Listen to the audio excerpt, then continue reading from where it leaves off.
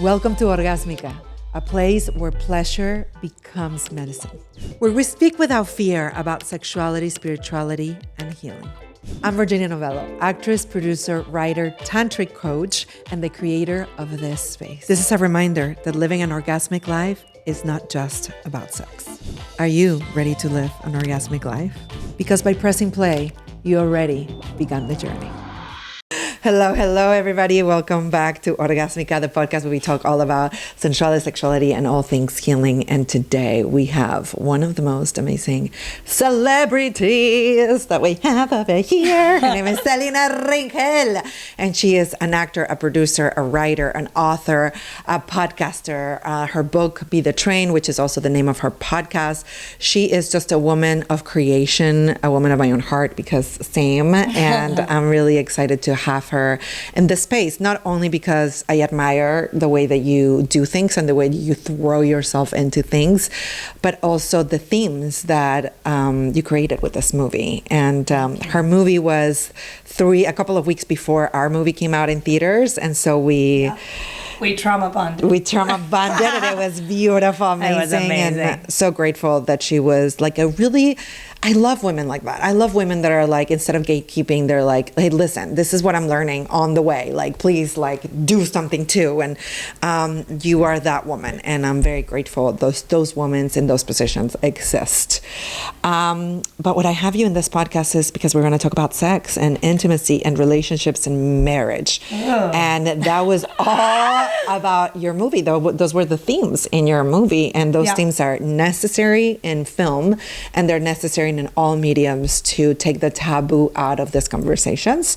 So tell us about your movie and how it all started. Yeah, so my movie is called You, Me, and Her, and it's out on Stars and Amazon and Apple TV. Go watch it. But it's about a couple who is having a hard time in their marriage, and they decide to go on a trip to Mexico. It's the first trip that they take without their son. Mm-hmm. And the wife, who's played by me, gets hit on by a woman, and she realizes she would be curious to be with a woman. Mm-hmm. And then the thought of having a threesome starts to rekindle the marriage, but it's obviously not as simple as it sounds. Mm-hmm. And so it was kind of based on a true story. Mm-hmm. So I'll tell you the true story. I went on a trip to Las Vegas, actually, with my husband. And we were at a club, and this very, very beautiful woman started hitting on me at the club, which is something I had not really experienced. I've never been hit on by a woman. Mm-hmm. And have you had experiences with women before, though? No, I think I had shared maybe like one drunk kiss with a woman at some point, but it felt very like, we're drunk. Right. You know what I'm saying? Yes. It was not like attraction type of thing. No. Whereas this was like, so she was flirting with me pretty intensely, and then she actually asked if she could kiss me. And my husband was right there, and I really felt compelled I really wanted to kiss her, which is something, again, first time experience for me. You hadn't experienced it, yeah. No, and I'm, in my mid-30s, I have a young child. Obviously, he's at home. But, so I asked my husband, I was like, is it okay if I kiss her? And he was like, yeah, 100%. I was like, okay, I wasn't expecting it to be that quick and easy. Yeah. But so, anyway, I shared this beautiful kiss, and then, this woman was like, I'd really love to see you later. Mm-hmm. And can I get your phone number? And I was like, oh, okay. So I was like, Dan, can I give her my phone number? And he was like, yeah, 100%. I was like, what? But I was kind of like, okay. But you guys hadn't talked about these circumstances beforehand. No, so that was kind of like the first time that you... It was in the moment. It was in the moment. I gave her my phone number, and then she literally looked at me and she said, there's a lot of parts of you that you haven't explored yet. And I was like, okay, like, witchy woman. What are you noticing about me? What do you know? What do you know that I don't know? So anyway, long story short, I give her my phone number. She's like on a bachelorette party. She leaves. And I spend like the next 48 hours in Vegas talking to my husband about what's on the table, what's not on the table, what does it mean if she texts, like, you know, I remember at some point I was like, what if she just wants to see me on her own? And he was like, well, that's just cheating. And I was like, oh, okay, well, I'm glad we're talking this out. Like, I have no idea what the rules are. Anyway, we ended up having so much fun talking about it, and we felt like so like connected, and it was so sexy just even talking about it. And a lot of things I think came up that we had never talked about before, and at that point we'd probably been together for almost 10 years. Long story short, this bitch never texted me. How dare she?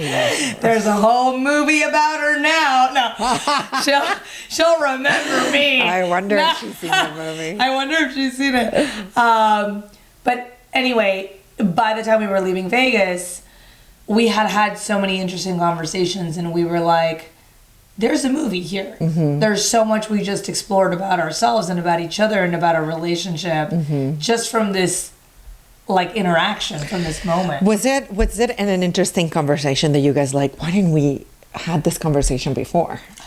I think a little bit. I think also it made me feel like, wait, like, am I bisexual? Have I been bisexual this whole time?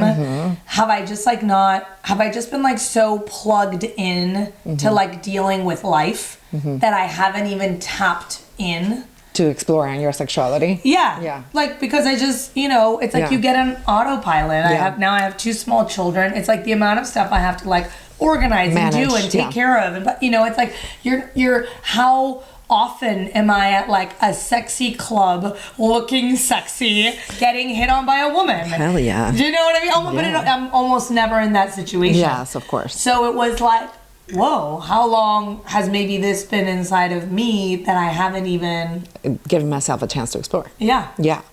And so what do you think now? What do you think now about your own sexuality? What did you discover about your own sexuality? Because I constantly say, I consider myself very straight my whole life. I love men. I'm always attracted to that. And I had like made out with women and stuff like that, but like you, like more of that exploratory thing, more like, but I hadn't been attracted to a woman until I did. And then I was like, holy shit. Yeah. And then this whole idea, and I had a specific friend that I will have in the podcast who she was straight for most of her life. And then she got into a relationship with a woman for 5 years. Oh, wow. But that was the only woman or sex that she had with a woman ever. Wow. And then she married a man. Wow. And so I know this person. Wow, I know this person. But when the first time that she told me that, I couldn't comprehend. I was like, that doesn't make any sense to me because and then I started to understand my own conditioning. You know, it's like, oh, I'm conditioned to believe that everybody fits in a box. Yeah. And like, pick your box. Yeah. And even as I was growing up, bisexuals had a really tough reputation. Like, oh no, bisexuality doesn't exist. Yeah. It's just like a step to becoming gay. It's like, you're really not bisexual. You know, you're just like afraid to be gay. And so you're still tapping into those things. That was like the rhetoric that I grew up with. I mean, we both grew up in Mexico. Yes. In the same place. Yes. In the same city. In the same city.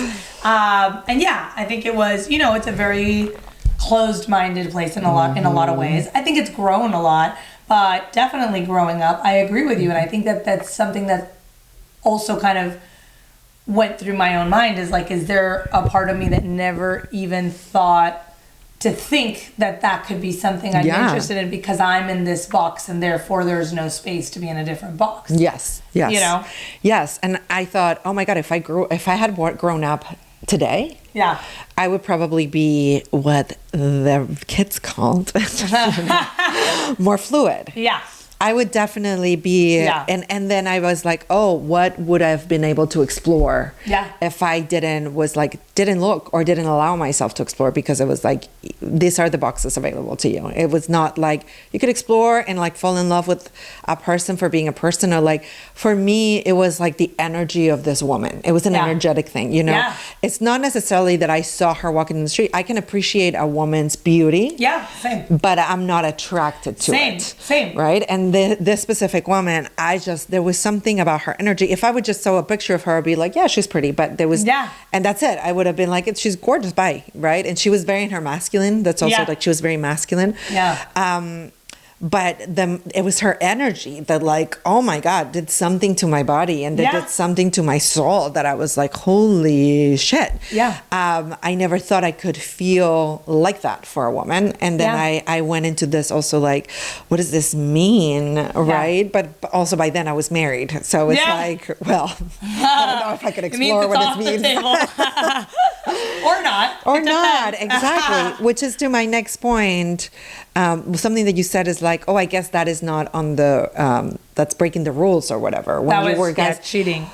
But everybody has such a different concept of what that is, right? Yeah. Like, and we assume when we get together with a person that we're on the same page with what cheating constitutes, with what, infidelity of any kind constitutes. You know, to some people is like talking to another woman, you know, even just like talking. Yeah. Besides being business, it's like off the table, you know?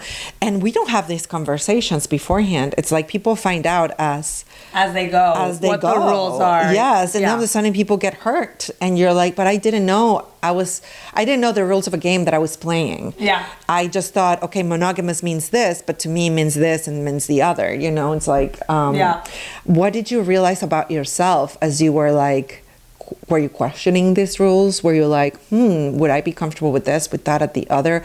And what did you feel about yourself when you were... Yeah, so I mean, I think a couple of different things. First of all, I think it's really interesting what you said about energy, because even now, after having had this experience, I have since found one other woman that I am, again, really attracted to. Nothing happened with that person, but it was like, oh, oof, this is it. This is that feeling. And with no one else.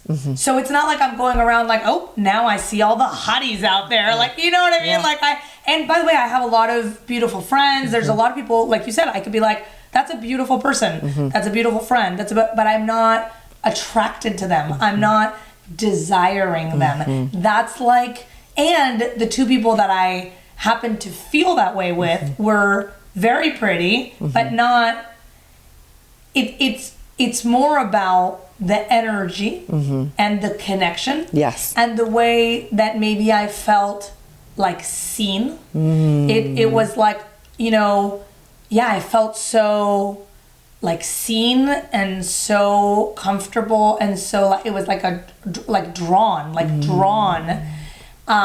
which is really interesting, because again, like I can have friends or my best friends or people who I just meet and I'm not feeling that. So it's not, and I also like a very masculine man. Yeah. So it's not like, but were these women more in the feminine, or they were? Yes, they were both more in the feminine. Yeah. Which was very interesting. Yeah. And very like cute, girly girls, but they were both bisexual. They both hit on me first. They both seemed to like really quickly be like, you need to explore this. And it was like, what? You know what I mean? Yeah. And nothing happened with either of them. But what's interesting is that it was almost like they could feel that there's a part of me that needs to be unlocked. Yeah. And they were like, I want to unlock it. I want to be the master of this lock. but what's interesting about that too is that, you know, it's complicated, right? Like if I was a single woman, or if I was a woman in my 20s, or if I'm 35 years old, I have 2 young kids. I've been with my husband for 12 years now. Yeah. There are consequences I'm not saying that they're good or bad. I think every relationship is different. And it's so much about what your relationship looks like and what feels safe to both people. But it's definitely like, if you go through that door, you're opening a door. And then you have to be really conscious and aware of what that means and what happens on the other side. So for us, we haven't like traversed into that territory. Traverse the door into that. Because you're right. You know, a lot of people, you know, and this is I'm going to say one of the problems for putting sexuality and sex in a taboo space is that a lot of us grew up, whether we were more open-minded or not, we still, there is a sense of our culture within us, you know, even though, you know, if you travel the world, you've lived in other places, I lived in other places, but there is a sense of where we grew up, this culture, right, that you carry no matter what, even when you're conscious of like, no, that's not what I think. All of a sudden we're repeating patterns, so we're like acting a certain way, and we're like, holy shit, like I am acting like my culture told me, and I'm just like, so always it's like, this is. And so I'm always I find it interesting what they have taught us about sex. What were your first memories of what the culture first, well, your family, but also our culture told you about sex? Well, I think that's interesting because my parents were very open-minded, but they did not talk about sex so much, which then made it so that I feel like I lost my virginity a little too young for my own. Like, I think I didn't realize exactly what I was getting into because I had not had the conversation with anyone.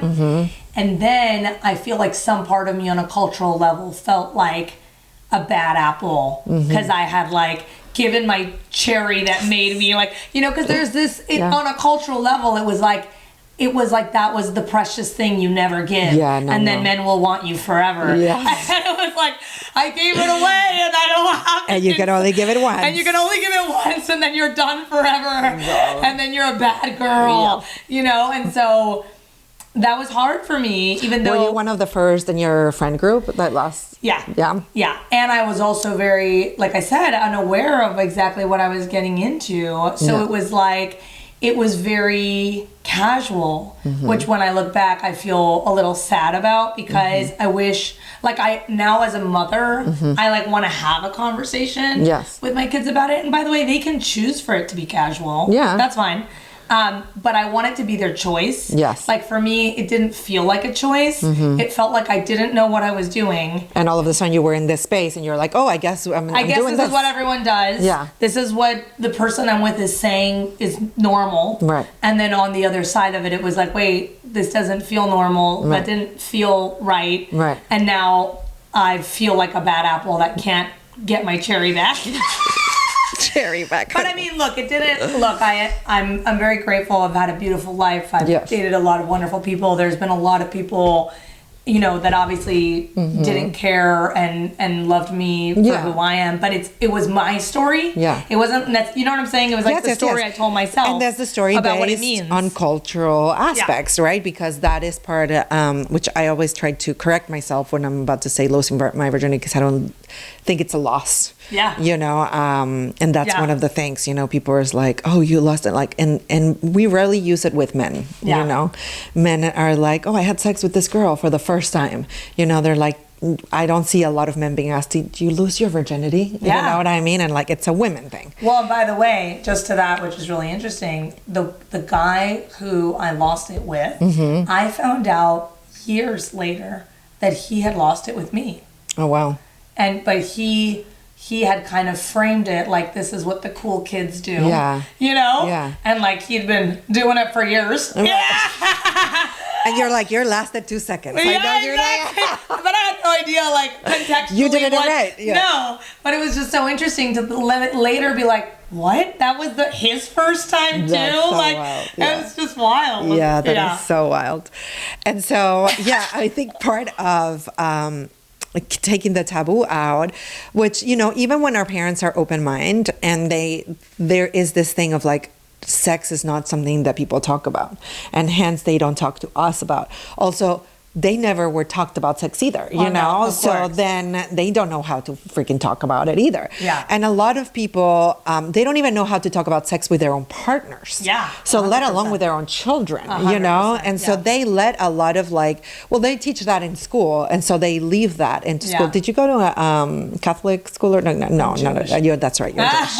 But I did not go to a Jewish school. An all-girl anything like that. Yeah, neither did I. I was like, thank God. I know, yes. Because I had so many of my friends that went to that, they had to dismantle all of this about like the dirt, the sex being dirty. And like, it's like, it takes so many years. Even when they married, they expected to that part to be, well, I'm married. Now I get to enjoy sex. And they can't. Yeah. You know, it's a thing where they are like really struggle because they still feel dirty after. Well, I had a person I knew that really struggled with that literally every time they had sex, it was a man actually, but he grew up like pretty religiously, and he felt so like dirty and awful every time he had sex. I know, that's so sad. So interesting, right? Yeah, and it's so sad, you know, because in an attempt to make sex sacred, they made it forbidden, and then they made it dirty and bad, and because save yourself for marriage it was a thing, and so then people think, oh, once I go through that, it will all be better. And it's not. It is not better, you know? And so we've been with our partners for a long time. Long time. Yes. I mean, high five for being there. We're doing it. Listen, how long have you been with your partner? 12 years together, and a little over 10 years married. Same.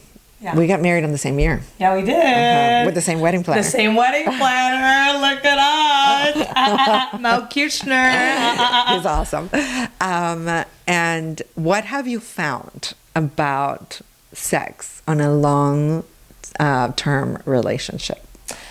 I think one of the things that's interesting that I've found, and I think it's a lot like other things in relationships, but that there's like waves of, like, for example, I find myself in waves sometimes where I'm feeling very sexual and very sexy and very intimate, and I'm excited to have a lot of sex. And then I go through waves where I really don't feel like it.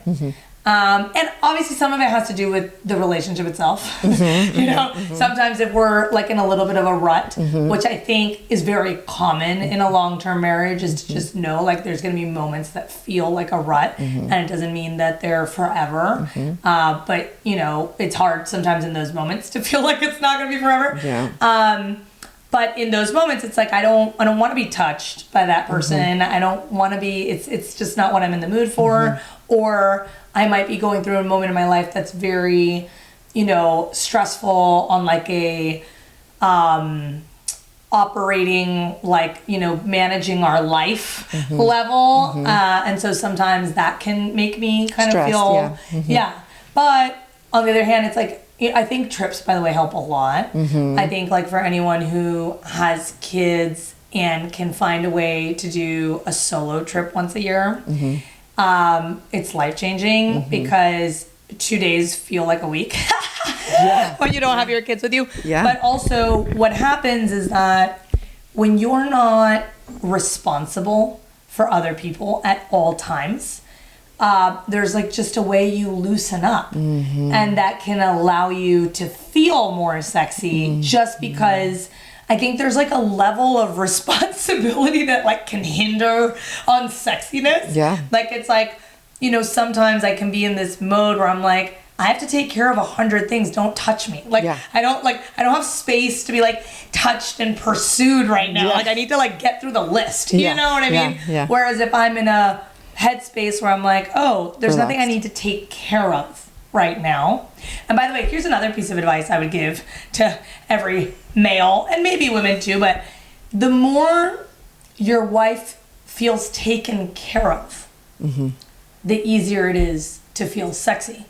Because if I'm not taking care of things, if I'm not stressed with how much I'm taking care of, then I can like get into my feminine and relax and like open up. Even on like a physical, like I open up. Yes. Do you know what I mean? But Yes. if I'm taking care of 100 things, then I'm tight. Everything's tight. I'm stressed. I'm annoyed. I don't have like the space to like want, you know? Oh my God, yes. Okay, let's talk this on a deeper level, because I think this happens to so many women. One, they feel like they're mothering their partners. Yes. And so also the partner don't want to fuck mommy. You know what I mean? No. And you don't want to fuck a son. No. You know? And so that dynamic, when that dynamic becomes, sex kind of just goes down. Yeah. So that is one of the first things that happens a lot. And that is tied down to the very now popular word of mental load. Yes. And Yes, the mental load is so high. The mental load. Yeah, and sorry, just to add to that, Yes. what's really interesting is I think because as women who are now, you know, back in the day, women didn't work, right? So they were taking care of the house, taking care of the kids, which by the way is a lot of work. That Yes. is also a full-time job. But now that women work and are actually very successful, sometimes more successful than their male partners, there's so many versions of what that looks like. The load has gotten, in my mind, so much bigger because none of the other stuff has really been taken away. Yes. So it's not like, oh, now you work, so here are the 10 things you never have to do again. It's like, now you work, so add that to the 100 things you already Yes. do. Yes. Yes. And then everyone just expects you to be able to do all of it. 100%. And I will mention, listen, I don't have a kid. I don't have kids. So I come from a different fully perspective, but I do see a lot of women talk to me about this, and I do consults with a lot of women that are dealing with this exact same, this issue. Yeah. And so I've researched a lot, because whether you're married or not, there's still a lot of load that comes into the woman, right? Yeah. And it's very interesting because a lot of men, my friends and I have this joke, because you know this, and it has been put on television, and there was a scene from The King of Queens, which was like really funny, of men being like, hey baby, do you know where this is? Yeah. Do you know where that is? Yeah. And she's like, I cannot believe the incompetence of this man and the household while he's the boss at the job, right? Yeah. Yeah. And so I always, even if I know where the thing is, I know this might sound bitchy, and I hope my husband doesn't hear this episode, but I'm like, I don't know. Fucking go look it up. Yeah, You know what I go mean? find You it. live in the same fucking house. Like why do I have to keep track where everything is? That's a mental load thing. Yeah. Well, by the way, so, okay, one of the things I deal with, hope my husband doesn't listen to this episode. But one of the things I deal with a lot is I'll say to my husband, can you do this? And he'll go, yeah. And by the way, by the time I'm saying that, I'm like at 100. Yes, I'm about to explode. So I'm like, here are 5 things I need you to do, or my body's going to explode. Yes. My brain is going to explode. Yes. And so he's like, of course, no problem, honey, sure. And then he just doesn't do it. Right. And so then it becomes my job to be his assistant. Yes. And send him a reminder To do it. every day. Yeah. Until he does it. Can you make sure And that you do this? Yeah. And have you done it yet? Yeah. Oh, hello. Remember the thing I asked you to do 2 days ago? Did it happen? Yeah.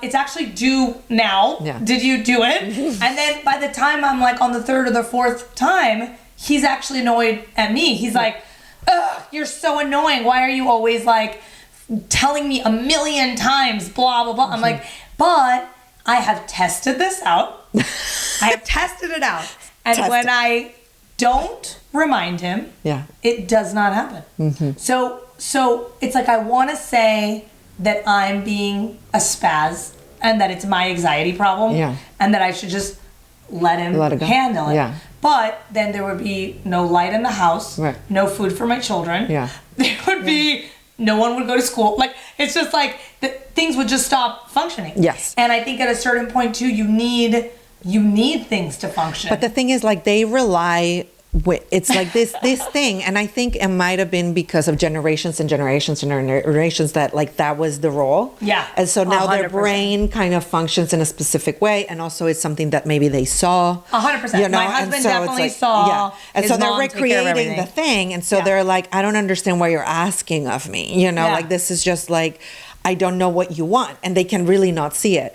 But as a very clear example, I had a friend that got a divorce, and they got separated, the kids, and I saw something that I was like, oh my God, if I ever want kids, if I ever would have, this might be very controversial to say, I'm just going to say this, okay? I understand it's very controversial. I understand it's not for everybody. I'm still going to say it.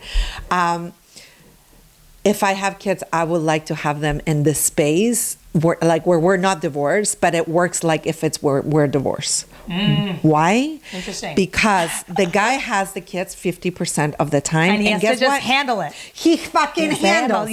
Yes. And guess what? Yes. He feeds them. He does this. And guess he what? moves My it. husband would, if you weren't there, he would. If he would figure it out. He would figure it out. He would figure it out. And sometimes I almost, like, I feel like the other day, because I was feeling very frustrated. By the way, now he's going on a working on himself journey. So I do want to applaud him. Yes. Because he is actually, man. Yes. he's working out every morning. He's journaling. He's really trying to work on himself. But I had a moment not too long ago where I was really at my limit. And I was almost like, do I need to leave town for like a week? So you can just handle our life and understand how many things. The load. Mm-hmm. Like I just want to like take a 1 week break and just be like, it's all on you. Yeah. And see how you do. Yeah. And to his credit, he was like, that's not a bad idea. Actually, at first, it was funny. At first, I was like, what if you leave the house for a week?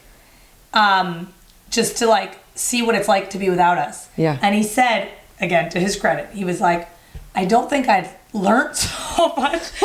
He's like, because people just like watching TV. Yeah, like, he's like, I feel like I'm pretty good at taking care of just myself. Yeah, you know what I mean? For sure. He was like, if you left the house though, then I would be very overwhelmed and I'd have to figure a lot of things out. And I was like, oh, that's good. Yeah.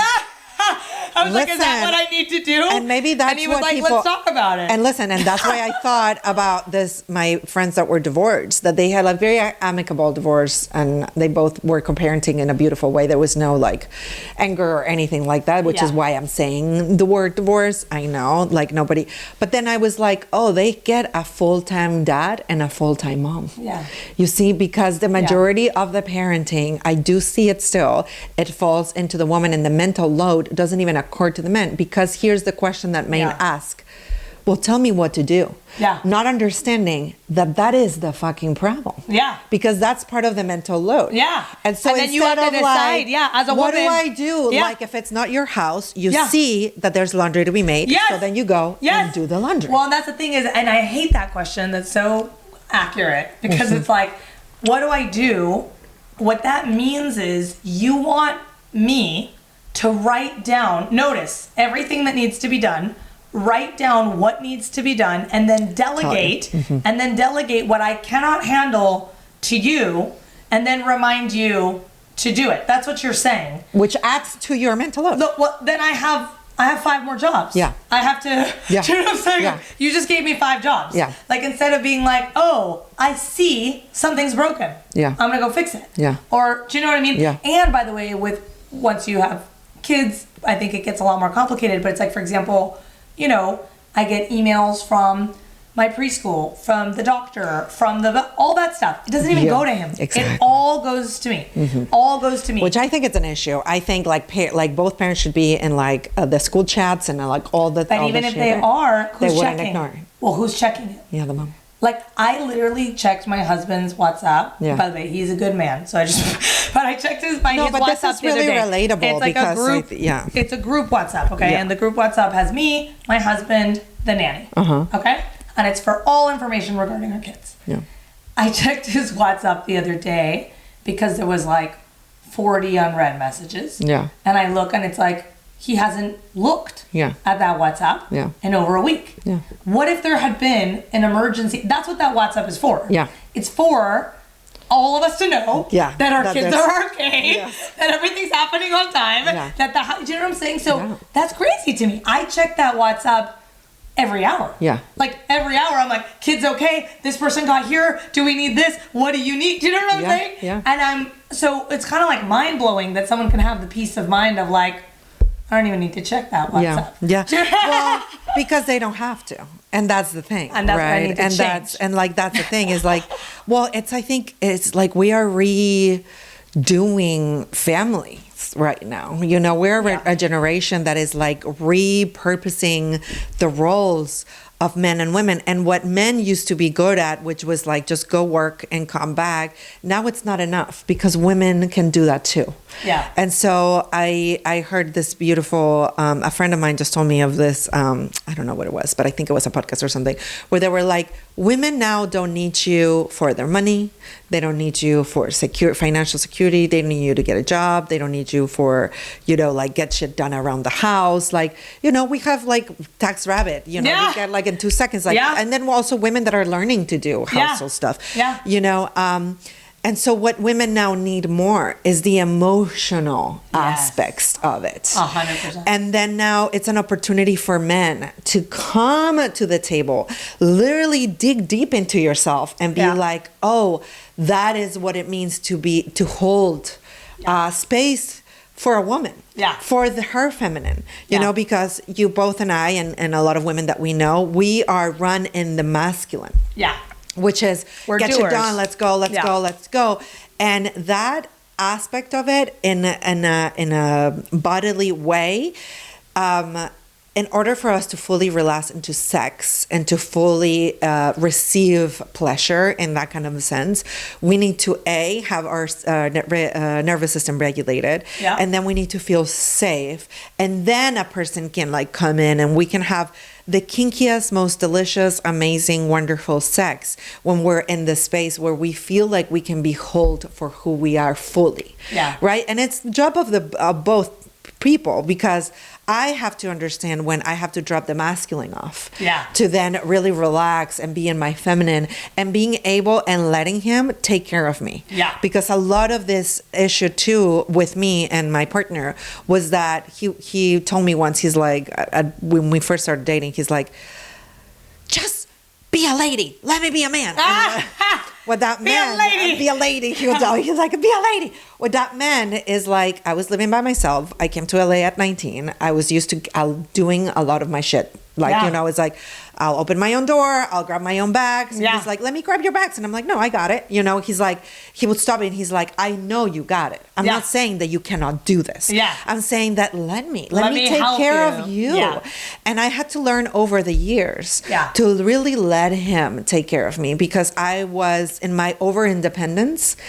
I was damaging myself. Yeah. And my over-independence, I was damaging my body, and a big part of damaging my body was managing, it was really, really affecting my sexuality, because my libido went to the ground. Yeah. Because we cannot fully access of sexuality as women if we're just in the masculine. Yeah. But it requires both parts to know, hey, I'm going to drop this, but I need you to catch it in order for me to drop it. So then you can come in and you can like penetrate me and do all these things while I can open myself up. And then I can be so relaxed, because listen, having 3 orgasms later, I'm fucking relaxed as fuck, you know? It's like, I'm not going to bug you about many things, because I see you with googly eyes, you know what I mean? Because we're just connected. There's serotonin, there's like all these things. But it requires both people knowing when to drop one of the things, and it's a dance of the masculine and the feminine. And sometimes the problem is when we get stuck in a role.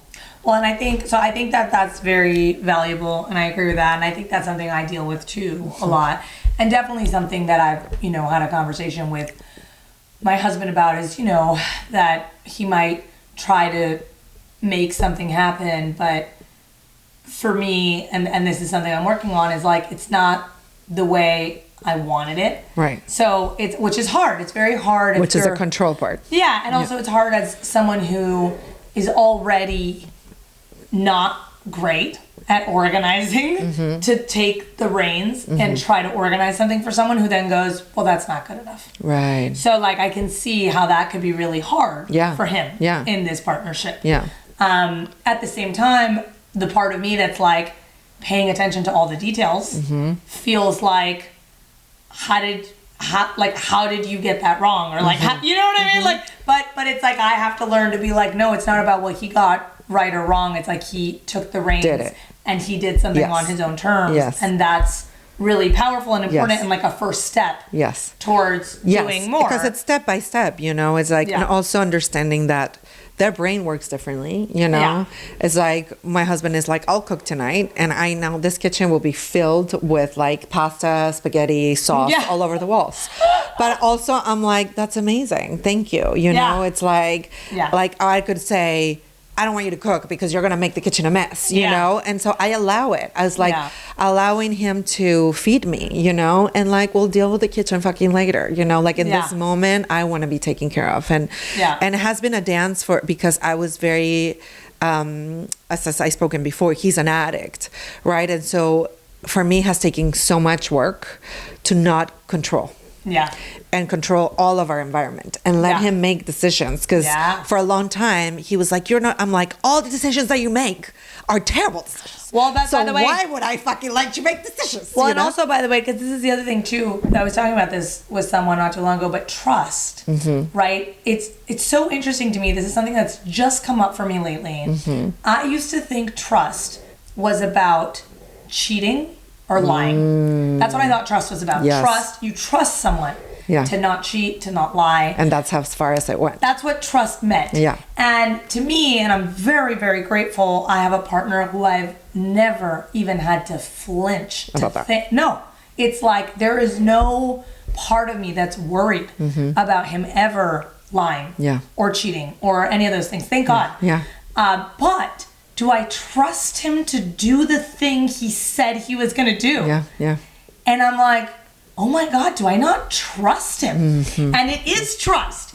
And by not trusting someone, it's kind of like back to what you said, your guard goes up and then you're not as relaxed, sexy and relaxed and fun because you're like, ugh, I can't trust you to do your part. So now I like gotta live in this like hyper masculine. And our bodies like are meant to relax in order to be penetrated. You know what I mean? Like that's what they're able to do. Like because if you're tense, your vulva is tense and you're not getting anything in there when your vulva is tense, right? So it's like in order to fully be open is like the trust of the person and it's like opening in that space trust is in many ways. And I had to gain trust. First I had to gain trust in myself that when all of that happened and that was really hard for me to like regain trust in myself that I would tell lies to myself in order to cope with things. And so I was like, oh wow, to the extent that I'm lying to myself, it's like insane. But then it was the trust of like, well, it's also his life, it's his journey, and I cannot control it. The more I try to control this man, the more he is gonna rebel against right? And so I had to do a lot of work on myself to be like, I don't know, you know, you like, you know, and of course it affects me. We're in a partnership together. We live together. Of course it does. But at the same time, this like, no, it has to be my way. And he's like, why? Why? He would question me like, why? And I was like, because this is what I think. And he's like, you're not me. You're not in my brain. You don't know how I operate. And I'm like, you're absolutely right. There is a sense for me that was, that I had to like really break down of, I know better. And you better listen to exactly what I'm telling you to do. And if you follow the steps, you will succeed. And if you don't, it is to your own demise, you know? And there is an ego thing and a feeling superior. There's a superiority attached to it. I think my husband probably feels that about me. What you just said. What you just said. And I mean, it's a lot of hard work because you know, we're working as a unit. So, you know, if this unit doesn't and so it's a lot of work to really be in sync. And I love that we talked about these subjects because they're so related to sex. A lot of women are like, why don't I feel like having sex with my partner? And you went in and straight and you were like, this is sometimes why, you know, because like the tension and the this and the that. And like we all go through these things with our partners, and their biggest lie that I've heard ever say is like, if you don't have sex for a while, you know, is your marriage, what does that say about your marriage? And I'm like, no, what says about your relationship is how you talk when these things come out. Yeah. And that the two of you, from what I've heard and listened and have witnessed through interviews and other things with you guys, is that you guys are so in into like figuring this out, and that you get also to have some fun exploring other ways to keep the aliveness in it, and then wrote something together, and then he directed you in this space. And to finish, how is that made you closer into your relationship when you brought something in real life and then made it into a script? I think, first of all, I think one of the things that I do really love about our relationship that I think is very special is that we really go there. We're very vulnerable and very open to having the hard conversations. Yeah. And that's half the battle. Yes. I think way more half than the battle. Yeah. It's a lot. A lot of people don't want to talk about. No, and a lot of people don't even want to talk about how they feel or be vulnerable with each other. Or what makes them uncomfortable. We actually did this thing that was like an exercise while we were putting the movie in theaters. We were part of this therapy session. Yes. That was like a filmed therapy session. Yes, that was very brave. 1 hour. It was very brave. Very, very brave. And it was very intense. And we had to ask each other very deep, hard questions. Yeah. On camera and answer authentically. And I think that like one of the proudest to me, like I feel very proud that I have a husband who's capable of doing that. Yeah. Because as I'm sitting here talking to you, I am so aware of how few men have the balls to sit in that room and answer those questions and hear the answers and sit with those answers of their wife on camera. It is, I mean, you know, because it's like it takes a certain level of like bravery and balls and self-confidence. Yes, I was gonna say like security in yourself, that you're like, listen, you're putting it out there. People are gonna comment. You know, like, people are gonna comment. Adam and I did. You know, Adam and I do a lot of podcasts together. You know, and people do have opinions about our relationship. You know, and how we do it and how we don't do it and how we talked about this and all the shit that we be going through. And at the end of the day, it's like, the trust, it's also like we got each other, you know, also as a friend in a kind of way, you know. It's like I always say, like, if we didn't work out, like if we got divorced tomorrow, I would feel, one, our relationship was extremely successful. I wouldn't see it as a failure. I was like, did I learn a lot from this relationship? Like, did I like accomplish another version of myself by being in this relationship, you know? And second, that I am I want to be his friend for the rest of my existence and life, you know? And that's really cool, that, and I feel like with you guys, like you got each other in that sense, and that's beautiful to witness. Thank you. No, I agree. I do agree. And I think that it was very, very special to make this movie together. And again, it was very vulnerable, and we were actually tackling a lot of our own flaws. Granted, like the people that I wrote in the film are not me and my husband, but there are a lot of parts of me in there and a lot of parts of him in there. And there were a lot of conversations about like how far we should go with those flaws and what that meant and how much of it was really me versus really him. And sometimes that would turn into a big fight because it was like, is that really how you see me? And it was like, well, what do you mean? Do you really not think you're like that? And it was like, what? Like, oh my God, like mind blown. We've been together for 10 years. Like I thought I was making a funny comment and now you're saying that I'm like, you know what I mean? So it was very hard. We actually did have to go to therapy to really talk things through, and also even on like a control level, because he's directing the movie, right? But I'm writing and I'm producing and I'm starring in it. He's producing with me. But what's hard is like, you know, there were even moments on set where it's like, he would be like, all right, moving on. And I would be like, I don't think that was my best take. Can you like ask me? Can we talk about it? Like, I don't feel like moving on. And he'd be like, oh my God, I'm the director. Why are you questioning my authority on the set? And we'd like, you know, I think we managed to, this is our third movie that we make together. So I think managed to do a really good job of like sidebarring in a way where like no one in the crew is being affected and nobody knows that we're even having this conversation.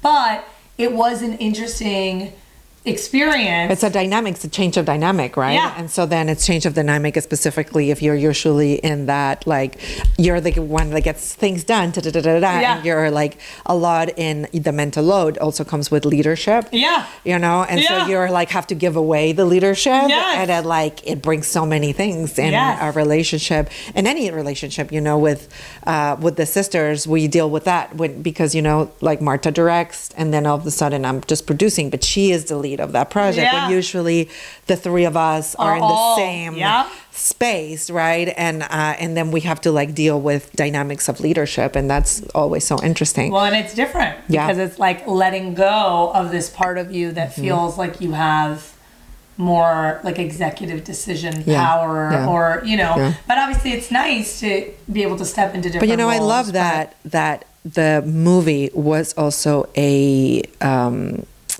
pathway for you guys to also go deeper into things and taking to therapy, you know, because a lot of people will be like, too uncomfortable, let's just not do this because this is too uncomfortable. And you guys were like, no, we're gonna do this and we're gonna then go to therapy because there's all these issues that we maybe didn't see and now we're seeing. Let's work them out instead of putting them back underneath the table, you know. And it's like, let's actually bring them out. Well, and I think one of the biggest things in my mind about marriage is getting comfortable, getting uncomfortable. Yeah, getting comfortable in the uncomfortability. In the uncomfortability, because there are a lot of moments that are uncomfortable. Yeah. Not everything gets resolved all the time. A lot of issues that you have are not going to go away. Nope. And so, and it's interesting because, you know, we did once like a therapy thing that was like, it's called like the one you love, or I don't know, but it was like a very interesting retreat that we did. And one of the things that I thought was so accurate and so interesting was that apparently you choose a partner that triggers all of your childhood wounds. Yes. And then your partner chose someone who triggers all of their childhood wounds. Yay! And so your job is But this is why you grow. Well, and so your job is to actually break through that trigger and that trauma. And apparently if you don't, you could like get divorced and married multiple times and you'd be marrying the same person. You'd be marrying the same person. And there were all these people at the retreat who were on like their third marriage, and it was like, my first husband was an alcoholic. Yeah. My second husband was a workaholic. Yeah. My third husband is obsessed with exercise and won't like, and it's like, whoa, like it's the same problem. It's the same. But it's like, so yeah, and it's hard to do, but I think, that is like one of the Adam's things that he told me once. He's like, because I would freak out after all of that, and we surpassed all this stuff with the addiction and everything. The moment that we were not okay, I'll be like, he's gonna, like, I will feel like a body experience of like, oh shit is gonna go down again, you know? And so I'll be like panicked, and he's like, Virginia, you were gonna have to be okay with us not being okay. Yeah. There's no way in the entire universe with a couple is okay all the fucking time. Yeah. There's just no world. Well, and also you can't assume that I'm going to like fall off the wagon because we're uncomfortable. And I had to learn that. And I was like, well, then you have to show me that too. Yeah. You know what I mean? You have to show me that we're okay, and then you're not going to leave. You're going to stay. You're going to work it through. Yeah. Or he's going to, you know, he doesn't like being like caged when we're in an argument. So he'll be like, I'm going to go walk. Yeah. I'm going to walk the block, and then I'm going to come back, and then we can walk together. And I was like, okay, that's what I need, instead of like storming off to go walk. And I'm like, just tell me, you know? Yeah. So he had to show me that it was safe for us to not be okay. Yeah. And once he showed me that it was okay for us not to be okay, then I got to be okay with us not being okay all the time. Yeah. And the plan is like, we're not going to stay in the not okayness. Yeah. We're going to work through to be okay again. Yeah. Right? Oh my God. So I just want to ask you one last question, which is like I asked everybody. What is an orgasmic life to you? Ooh, an orgasmic life.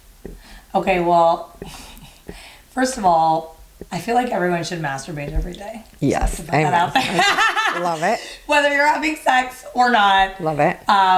You should orgasm every day. Yes. Yes.